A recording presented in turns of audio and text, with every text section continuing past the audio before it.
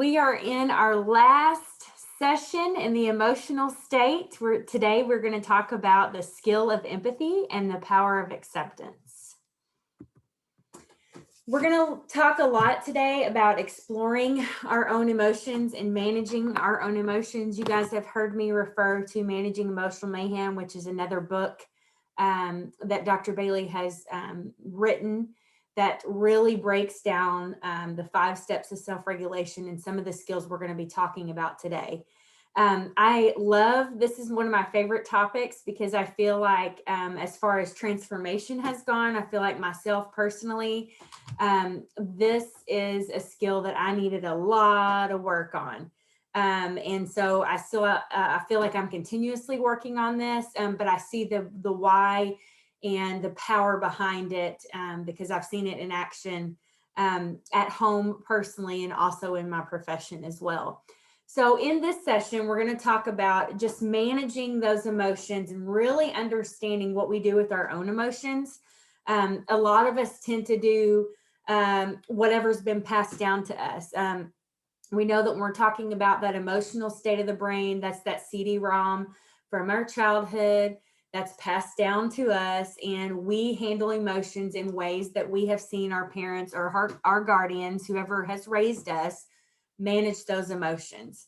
We're going to talk about, when we're looking at shifting from negative feelings to accepting and managing those feelings in the moment, not giving in or looking at it at something as a temper tantrum and letting it control or set the tone for the whole day or the environment in the classroom, but looking at it as a way that you're kind of serving this purpose as not only as your role as a teacher, but you're helping guide this emotional guidance system for children, because we know that children, in order to gain that self-control, they have to learn those skills of empathy behind that, why they feel certain ways, so that they can cope and manage with their own emotions. So as we talk about kind of that power of acceptance, really behind empathy is that moment is what it is. When you're thinking about teaching kids, this is what you do with your own emotions. I think as adults, sometimes we forget. I know I personally sometimes forget, even with my own kids, that, children do have emotions and they have feelings. And I think sometimes we may forget that, or we don't think about that. That's not top priority because we're so focused on in the moment or correcting a certain behavior, especially if it's in public, or just trying to diffuse a situation instead of missing an opportunity to coach a child through emotions. The adult goal for us is to accept that moment as it is in order to respond when a child is upset. And I'm going to show a lot of video today on how we can coach kids through their own emotion. And we really want to think about that child goal. We want to create that positive self-image where we can celebrate the accomplishments we've been talking about the last 2 sessions and learn how to teach how kids can really fully understand that self-regulation piece. We know that now that social emotional skills are super, super important for kids to be able to be practicing and learning before they go into kindergarten. And they are lifelong skills that they need from a very early on at such a young age. So being able to break down the way we manage our own emotions is only going to help us see it a little bit better and see what children do with their own emotions and look at it from that lens, that we're there to teach, to coach children and not necessarily do what how we were raised.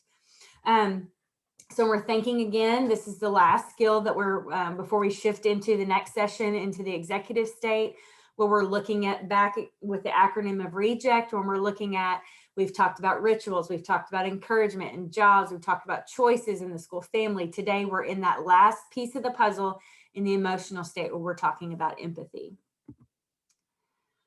Real quickly, let's start out with our pre-learning survey. Again, grab your piece of paper.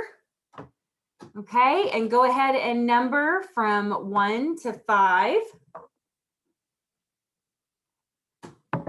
And we're going to, again, just to refresh your memory, 5 being that you strongly agree with the statement, 1 being that you strongly disagree, or 3 being kind of mixed or in the middle. So number 1, we must manage our emotional upset before we can resolve our conflicts.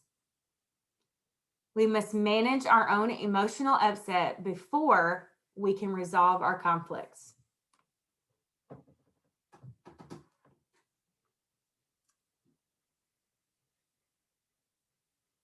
Okay, number 2, inappropriate behavior does not deserve empathy. Inappropriate behavior does not deserve empathy.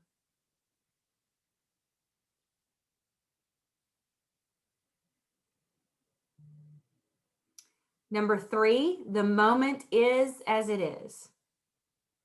5, strongly agree. 1 being strongly disagree.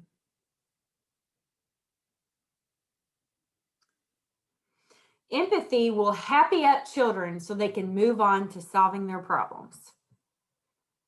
Empathy will happy up children so that they can move on to solving their problems.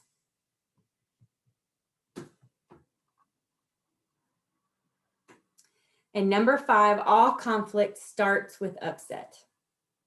All conflict starts with upset.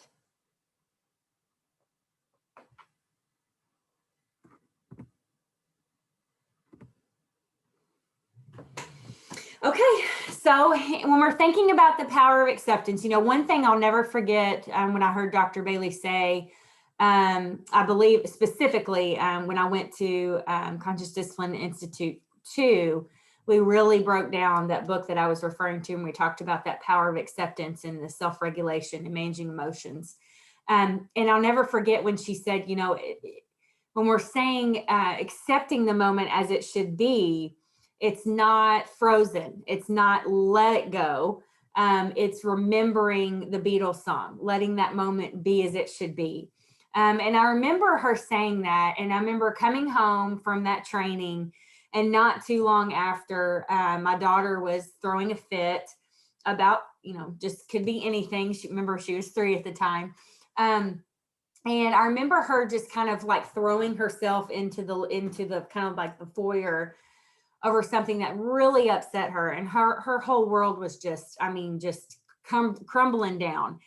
She was completely overwhelmed with her emotions. And I remember Dr. Bailey saying that accepting a moment as it is, meaning I'm embracing the fact that my daughter has an emotion right now, and instead of controlling her, manipulating her, making her do something that she don't want to do or comply, I just sat down in the floor with her and just practiced my breathing for myself. I tried to download the calm for her because I remember Dr. Bailey saying, let that moment be as it should be. So I didn't feed into the temper tantrum, but that doesn't mean that I stopped doing that. But I stopped looking at it or viewing it as a disruption into my evening or our evening routine or whatever was going on, and really tried to own in on I'm accepting this moment as it is. When we look at that and we're accepting that moment as it is instead of fighting it, what we're doing is we're putting ourselves in a position that we're accessing our executive state of the brain, and we're looking at it from different points of view so that we can help the child, and we're accepting, embracing what's happening instead of coming from a non-judgmental approach. What we do is with that power of acceptance is it provides a frame for that mind that promotes change by just pausing and observing, and instead of trying to fix it, without the need to change something, we just embrace what's happening.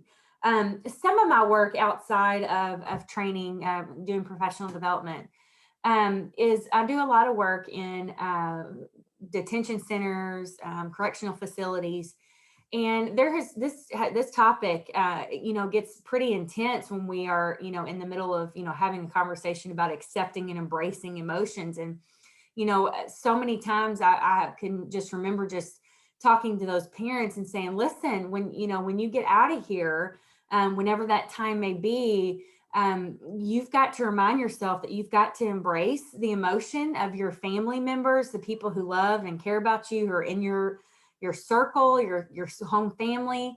that they're allowed to feel certain emotions, and some of them may not be pleasant for you.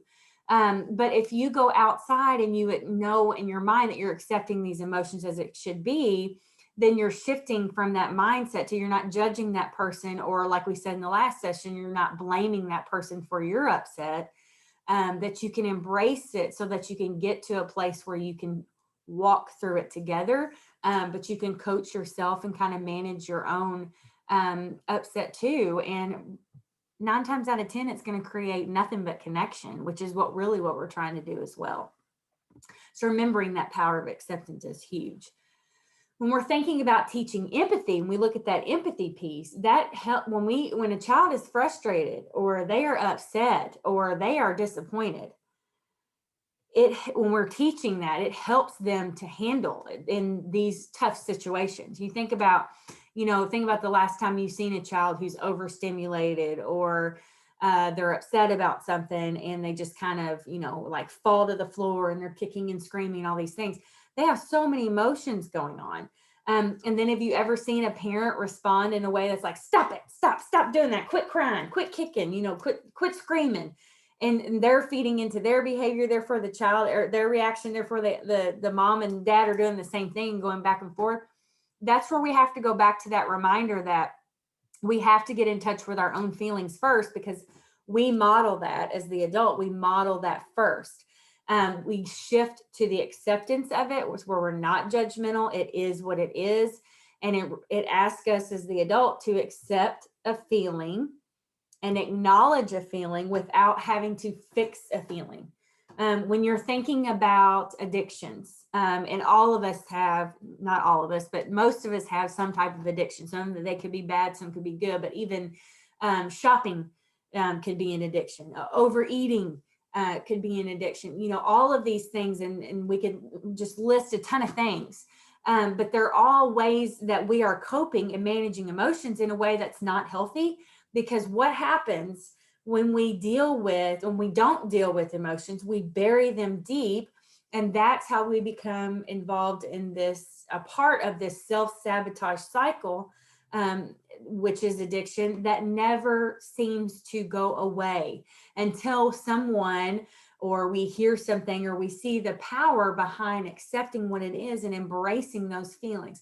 I'll never forget, I had a friend of mine, a very good close friend of mine, say to me, when we talked about embracing those emotions and accepting that for the first time, she said, there were things that were really hard for me to deal with, but because I had put so many other things in place of my emotions, it was hard to accept it in the beginning. But once I did, I felt this huge weight of the world just kind of lifted off my shoulders, and I felt brand new and rejuvenated, and all these things. It was almost freeing. So that's when you know that there is power behind, gosh, I really got to embrace. Here's the thing. You can't give, we've said this, you can't give to others what you don't have. And you can't offer empathy to others if you haven't worked through your own frustrations and disappointments and fears and all these other things. So we're thinking about, some of you do not even recognize what this is, but this is a Garmin, and you used to be able to use this to figure out locations of places. Now they have these, you use your phone, or they have these built-in systems into your cars, and they don't have these anymore. But what I want you to think of, and I want to go back, even though I've already mentioned it, going back to that emotional guidance system. It's an emotional guidance signal that says to us, we need to make some kind of there's a signal that's sent to my brain that says, okay, I have a behavior or perception that needs to be viewed a little bit differently. This is what I can do to help manage this feeling. Okay. So that's kind of where I want to take you, and really understanding what is it that we do with our upset. Okay. We typically respond to children in ways that we are used to being responded to. When kids have big emotions, we will, as the adult, we will ignore the child's feelings. We're going to, tell them, go in your room, you go work it out, go over there until you've calmed down. We punish the children, when really the ultimate goal is we've got to offer empathy. So it's retraining, recoaching, rewiring your brain in a healthy way to say, okay, I may have been raised, guys, I'm completely honest. I was raised by a fixer and a dismisser. And so the fixing of feelings and the dismissing of feelings for me comes out in either overeating or impulse shopping, because I don't want to deal with whatever emotion or whatever's going on with me. So if that's something that's been passed down to me, then that's how I'm going to teach in my classroom. And I did. That's how I'm going to handle relationships. And I did and still have. And that's how I choose to parent, because I didn't know any different. Okay. Until I knew anything about conscious discipline and the why behind it, and has actually seen it in action and know that it is a real thing. So I want to just pause for just a moment. And I want you just to kind of stay in this mindset of what you do with your own emotions. And I want to share this little video here just to kind of put it in perspective that, this is what we do. And then just kind of in reflection, help you recognize you've done this before. You may have seen this in your home growing up.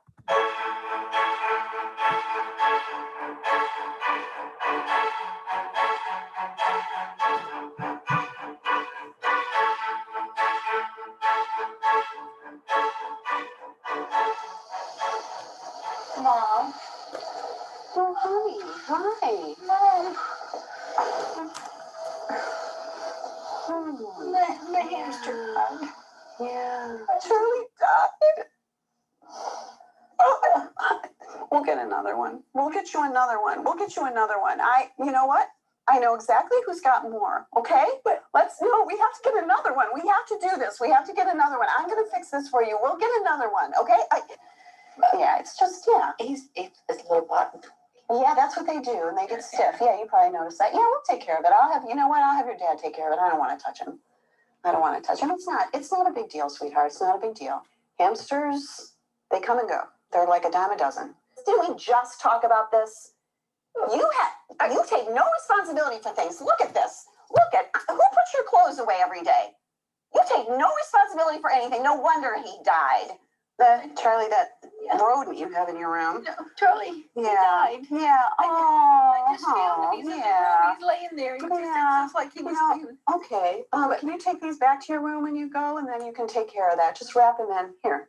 Just wrap them in there. That would be great. Okay.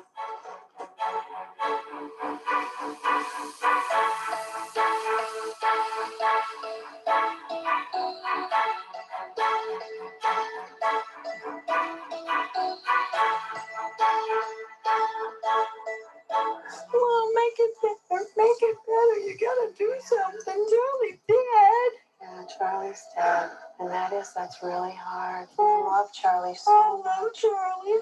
You were so good with Charlie, too. See, your eyes looking at me. Yeah. You never do it again.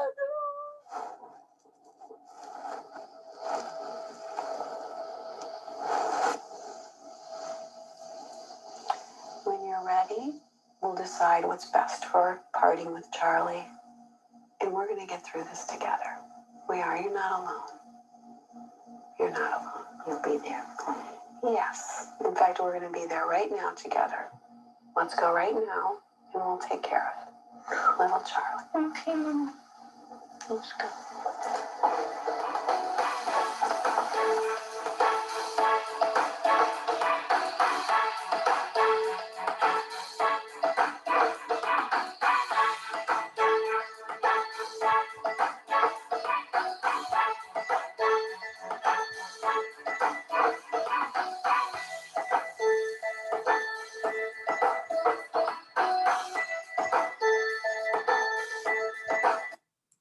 Okay, so I know that is always hysterical to watch, but just to show you, that's just the point of, it may help you to kind of see where we're going with this, is that, thinking about when you lost a pet, what was that like for you? I'll never forget, and still to this day, I was in a way punished or blamed for the reason our pet bird died when I was 7 years old in the home. That if I hadn't have taken better care of this bird, then this wouldn't have happened. So I felt like I was punished, and there was no empathy that was offered, and nobody embraced the emotion that that I was sad that the bird was gone. So thinking about that in perspective, it's like, you only do what's been passed down to you. So this is just another way of looking at it, that I've got to offer empathy for others, to coach them through these things. I don't know if you've noticed, but what Amy Spidell did with Dr. Bailey in the end is, she's making eye contact with her. She's got that element of touch. She's acknowledging, she's looking at her saying, you were so good with him. She's starting to calm her down. She gives her a hug. You actually see her breathe, and then you see Dr. Bailey breathing in return. She's downloading that calm, and all of that is just offering empathy in action. So when we're thinking about the difference between what unconscious, unregulated life versus the conscious regulated life, it tends to, and I want you to think about that kind of like that self-sabotage cycle. We tend to do one thing versus the other. So when we're thinking about that unconscious regulated life, well, that's when I blame. I'm going to blame others for my upset. I'm going to act out in a certain way. I'm going to be rebellious, and I'm going to do all these crazy things because this is how I deal with my emotion. I medicate, whether that be food, alcohol, drugs, whatever the case may be, shopping, because I'm unregulated. I can't calm in a certain way. And then the worst that we possibly do, which a lot of us do, is we bury those feelings deep. And when they get buried, they get ignored, they get dismissed, all the things that we've just talked about. What the conscious regulated life does and teaches is it says, I am a feeling. I am scared. I am disappointed. I'm angry. I'm upset. I'm frustrated. I've recognized that. I've welcomed that. I'm going to choose to calm myself in a way by doing the breathing techniques, or taking my 3 deep breaths for myself to disengage that stress, to change my mindset. After I've done that, I feel better, right? I feel relieved. I feel a sense of the weight of the world is lifted off. When we think about that, we think about feelings in the bridge between, feelings being the bridge between solutions and problems.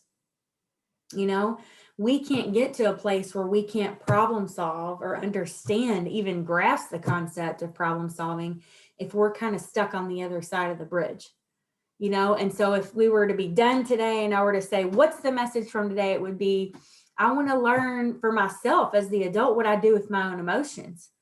You have the ability to work on that and to practice that, so that when you get into a classroom, you're able to help these kiddos through these big moments. You saw in the last session, the feeling buddies. You saw that structure that was implemented in a safe place.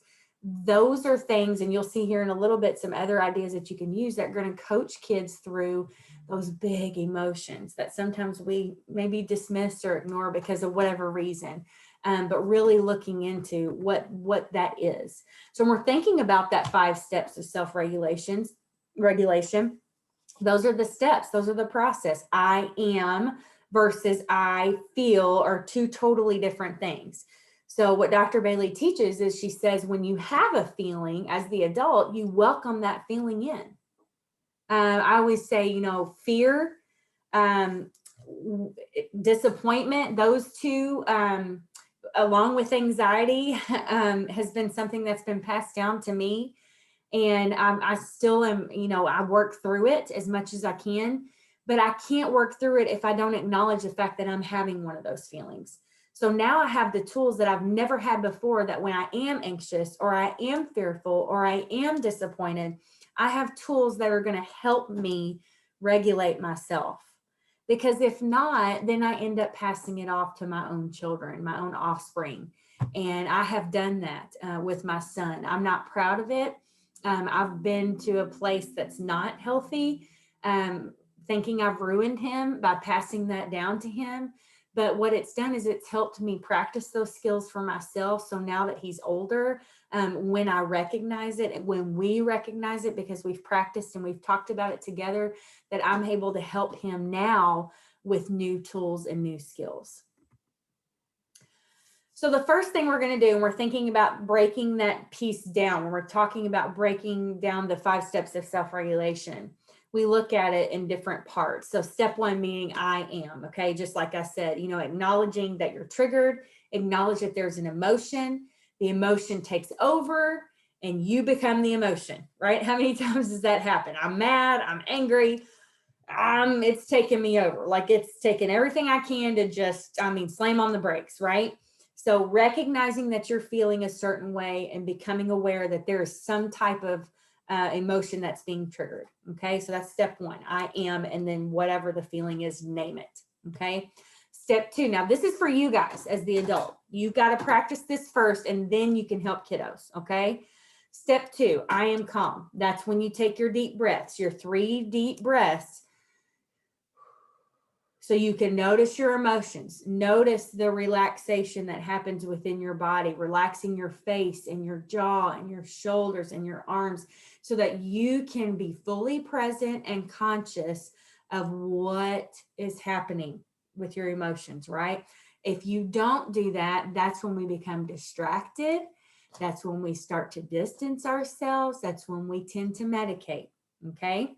Step 2, I calm. Step 3 is that process where we say, I feel, right?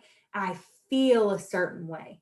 I feel frustrated. Identify and name it, okay? I feel angry. So we started out with I am calm or I am angry. Now we've shifted to I feel. We're in step 3. Once we've named the emotion, then we have this conscious effort that we've acknowledged it. So now we can start to regulate, okay? Then we shift to step 4 where we say I choose. And when we choose, what happens in that process is Dr. Bailey says we befriend the feeling by accepting the feeling. Okay. Befriend means we are accepting the feeling and we're becoming one.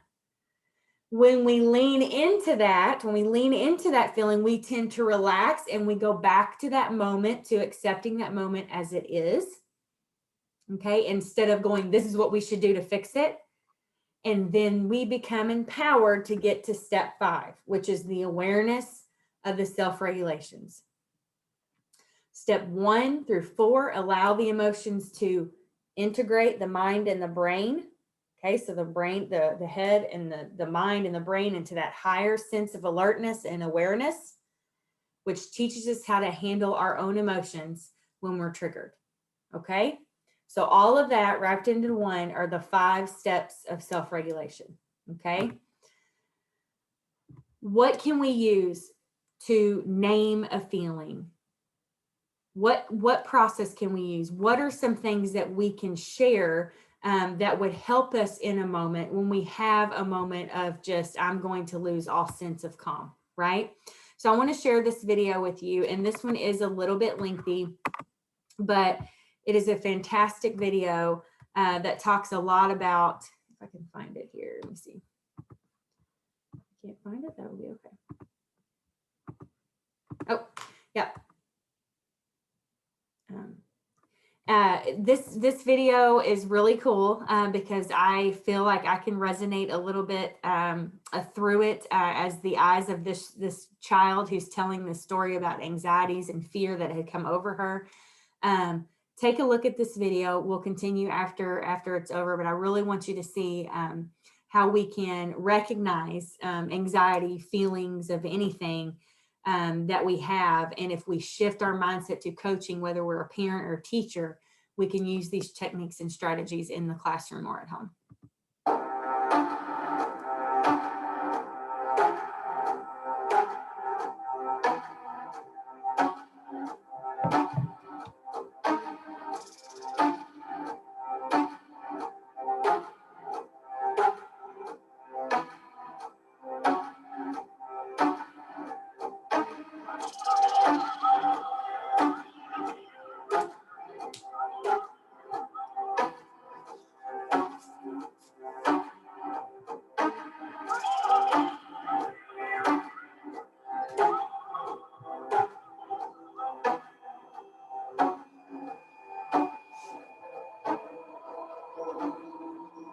In the hospital, It became clear immediately when they brought Meg to us. The first time that she was upset, it was different. It was urgent. She needed urgent help. It didn't feel like a cry, like I'm kind of hungry. I held her through really everything. I just held her a lot. And sometimes that would work, and sometimes it didn't, but I felt like at least I was holding her while she was having the upset. And then, the rest is history. Hi, my name is Meg Molly, and I am 13 years old. 4th or 5th grade is when the anxiety became big. The first real one, I was probably 9-ish maybe, and I was laying in bed, and it was before something big was going to happen the next day, and I remember jerking up and sitting up because my stomach was turning, and it didn't feel well. And so then I went to my mom and dad's room and told them I felt sick. At that point, I was shaking. Her heart was racing. She would want to stand over the toilet. She would never get sick. It would feel safe if she was in the bathroom. I would rub her back and say nothing, just rub her back. And I would just, take some deep breaths.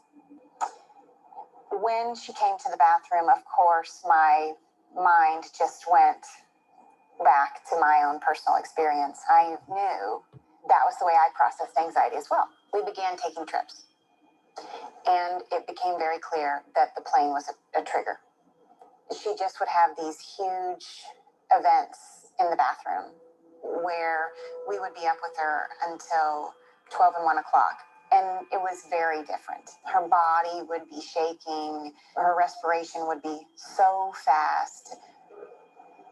Even though I was a national consultant, helping people all over the country, I was baffled. It was bigger than anything that I had skills to manage. I had used what I felt like were the conscious discipline skills that I had,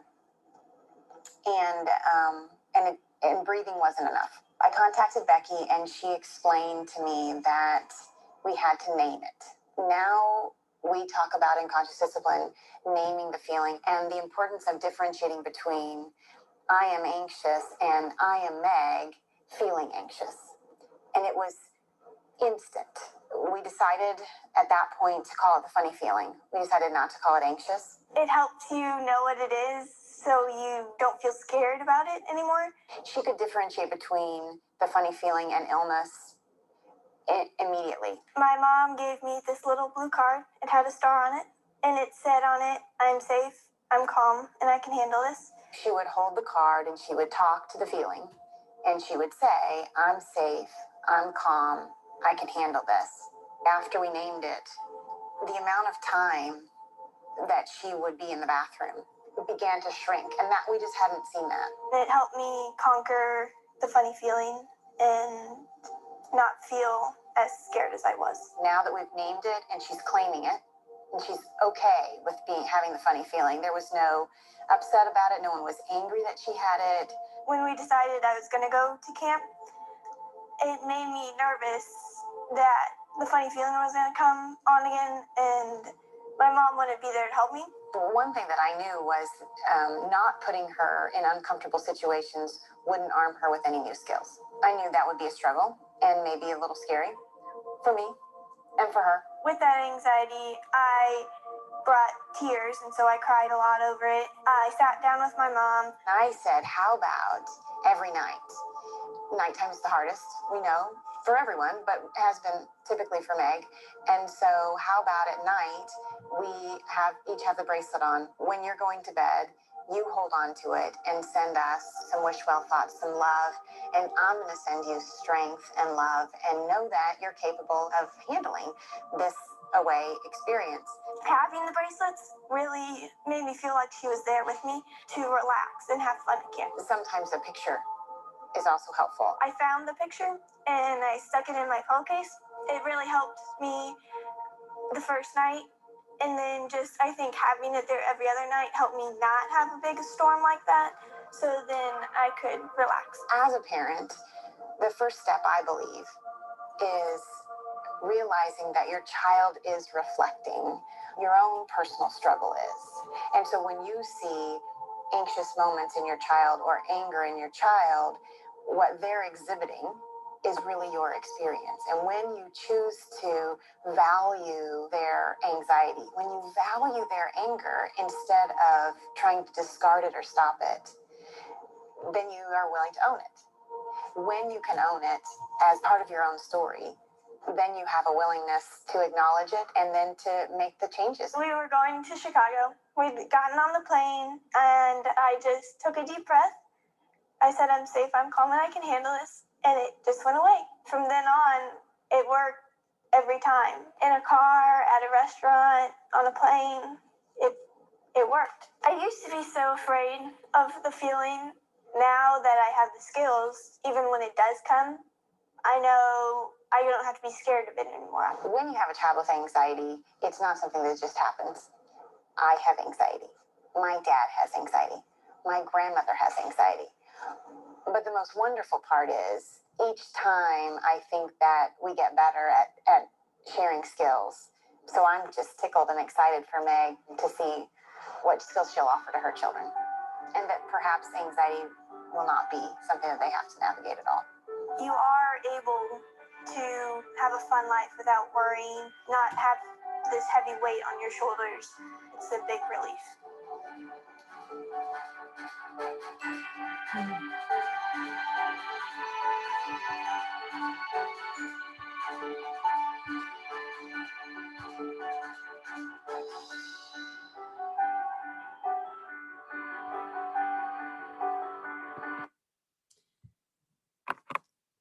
So looking at that, and just kind of refreshing, or kind of reiterating kind of what we've already said, the importance of naming it and claiming it. And I just think that was so neat, and what a neat idea.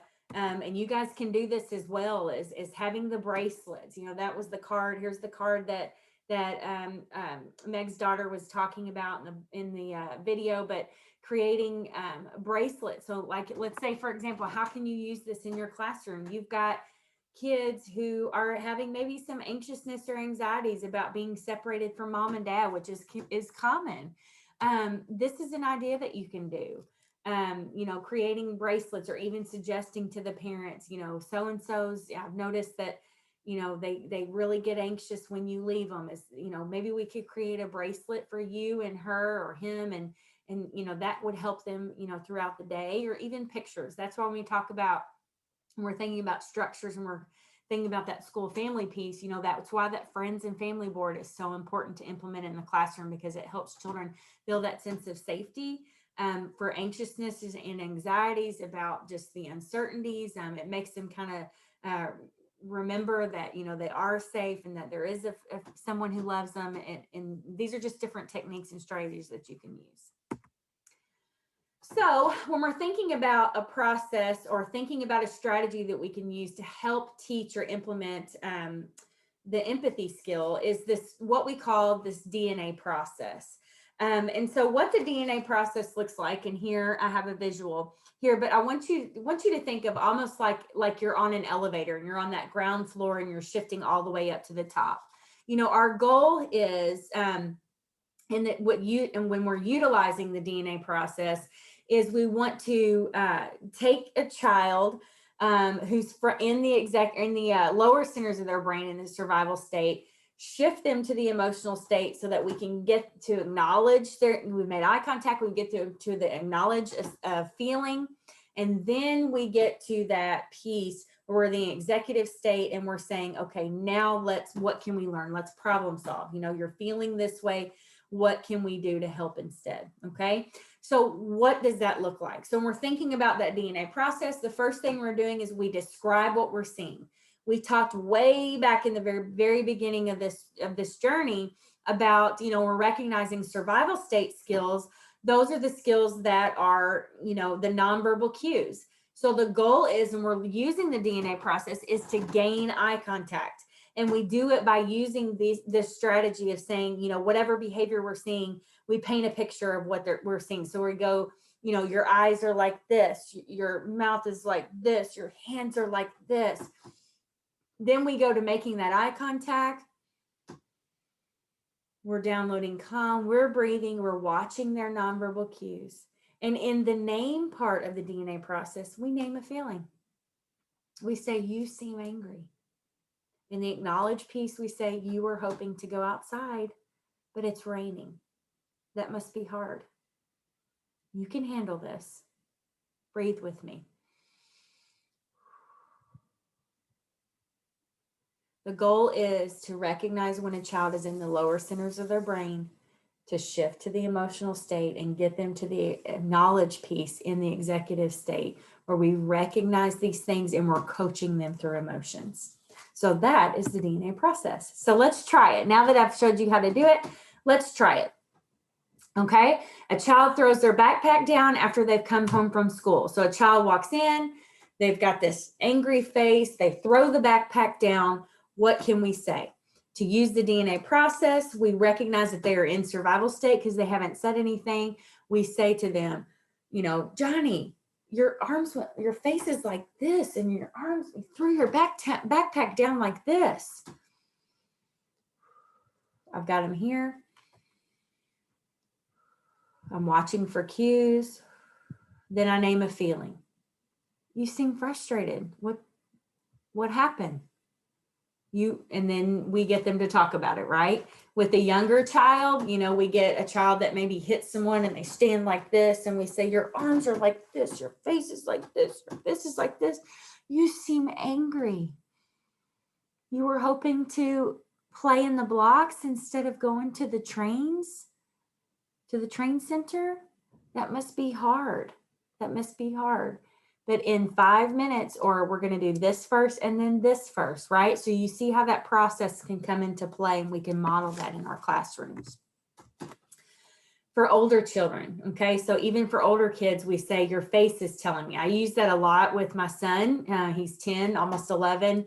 And when I say, you know, what's wrong? He's like, nothing. And I say, well, your face is telling me that you're, and so, you know, I just kind of name it. You seem frustrated, you know, you were wanting to, you know, throw the baseball and it's raining today, you know, and so I've acknowledged a feeling. He's allowed to feel that way. I'm not dismissing it. I'm also saying to him, hey, I'm here to talk when you're ready. So these, your face is telling me, is something that I use. I coach a lot of middle school. I coach middle school basketball. And so that's something that I use a lot, even with my middle schoolers. Your face is telling me this, and it prompts them to start to talk about what emotion or whatever is going on with them. Here's another one. A child pushes you away with their hands. So you see them have an emotion, you come up to them, you put your hands on them, or on your shoulders, or whatever the case may be, and they push you away. Okay. And so we say, you know, your arms went like this, your face is like this. You seem sad. You were hoping to, or you wanted to, and then fill in the blank. So just kind of remembering too. And so what I don't want you to forget is when the child's in that survival state and we've gained that eye contact, the breathing and the pause is so crucial during that moment, because that's your moment where you've got the endorphins and you've got the joy juice and you've got, you know, the pupils are dilating. They're looking at you for clarification. Like, yeah, you see me, I'm in that emotional state. I need to know I'm loved. Like, what is it? What are you going to do? And you're downloading that calm. You're modeling self-regulation for them. You're modeling that calm, which is what they need in the long run, right? So you have heard me refer to this book. I love this book. If you like to do book studies, I would encourage you to use this as another continued resource. But this is a Managing Emotional Mayhem. When, again, it really breaks down all different things, all 5 steps of self-regulation and what we do with our own feelings. When we get to that noticing piece, or we notice that noticing language, that's when a child is in that survival state. And that's where we have to notice and practice that pause so that we can identify what the face and what the body is signaling so that we can teach that so we can coach kids through that. We've got to get to a place where we know, hey, or we're teaching and we're coaching that feeling is real. Again, starts with us. We got to go back to feelings. Welcoming feelings, which is something that I mentioned earlier, and what Dr. Bailey has taught, what you watched in that video with Jill and her daughter Meg. Welcoming feelings for yourself as the adult so that you can coach children through emotions easier. and help understand. It's in the long run, it's only going to help you understand children even more when you've managed your own emotions. And then getting to, and always remembering that you as the adult, the you know, in the classroom, you as the parent or whatever your role is, the siblings, some of you may have younger siblings, you can never be in a lower state than the child. If you are in a lower state than the child, then we are not helping whatsoever. That's when you need to take a time out, go out for a walk, take a breather, whatever the case may be, and then come back, because that is not when any conscious discipline can be done if we are in a lower state than the child. So one structure, one thing that has really come in handy that Dr. Bailey has created is the RAGE program. And that's a continuation of just another piece of the puzzle, another resource that you can use in the classroom. And I'm going to show you the feeling buddies here in just a second. And then the book that also goes along with empathy as well. So you're getting tons of resources that you can dive right into after this session. So we're thinking about the RAGE book. You know, you think about, you know, the whole purpose of the RAGE book is to see a child or recognize that a child may have some rage, and understanding the difference between rage and anger. Rage looks totally different than angry does. And so going back to coaching the child through an acceptance of they're allowed to feel rage, but what can we do instead of hurting others? Or what can we do instead of hurting yourself? And so really coaching the child through why they may, not necessarily why they rage, or talking about, very similar to what Meg was mentioning, naming it or calling it something, learning to tame it. And there's ways to kind of problem solve, to say, you're allowed to feel this way. When you recognize, like this book says, when the yucky feeling comes, my face looks like this. When the yucky feeling comes, my hands go like this. When the yucky feeling comes, I choose. So we're going to I choose. When the yucky feeling comes, I can choose to jump on something. When the yucky feeling comes, I can choose to throw the pillows out of the safe place. When the yucky feeling comes, I sometimes kick the chairs, you know. So this is what we're doing is when it happens, this is what I do. I throw the pillows out of the safe place. I throw chairs, I tear down things off the walls. So we're recognizing what we do when it happens. When the yucky feeling comes, I can choose to do something different. I can choose to balloon breathe. Excuse me. When the yucky feeling comes, I can go to the safe place. And once I've accomplished that or made a choice, remember the power of choices, we get to the encouragement piece. I did it. The goal is I've calmed down and now I feel happy again. My face looks totally different than this face. Okay. So when we're thinking about, you know, what I would suggest to you as a teacher, when you're thinking about implementing the RAGE program, is I would, you know, have a conversation with this child and say, look, I've noticed that this happens and this happens. Let's name it. Now let's talk about what can we do? What are some choices that we could do that might make us feel better? Have a conversation about it. Create the book, have them be a part of it, obviously, and then make another book for at home so that the child's reading the book at home and they're reading the book at school, right? And they're getting more repetition and that predictability and that acceptance of I'm allowed to feel rage and this is what I can do instead. And this is what it feels like in my body. This is the name of it. And now I've accomplished it and I feel good about it. Okay. Then we look at the feeling buddies. All right. So I have a little feeling buddy here. As you can see in one of the videos that we showed last session, the master trainer talked a lot about the feeling buddies and showed you feeling buddies. With COVID right now, this is a great way, instead of using the stuffed animals, the plush stuffed animals, to have the printout. You can go on the Conscious Discipline website and print out free resources and print this little guy out. But really how you would do this is you would say to the child, you know, you're feeling a certain way. Let's say for this one, I have fear. So I notice that you're scared or you're fearful whenever something happens. So have the child make their face and what it would look like when they feel fear. Okay. Then take it a next step further and say, where do you feel fear in your body? Where do you feel angry come up in your body? Let's name it. Let's call it the yucky feeling or the icky feeling. You know, whenever my heart pumps fast, the pump feeling, you know, name it. Okay. And then, you know, acknowledge that when this happens, what can I do with this? Right. I hope this is making sense. Yeah. And so when we're looking at that, that's another resource that you can use. So I've given you 2 resources you can use that are going to really help kids who have big emotions. And last but not least, you always can go to your Sophie books. Okay. Sophie wants a turn. Sophie gets angry. Oh, wrong book. Wrong book. Yeah. Sophie rants and raves.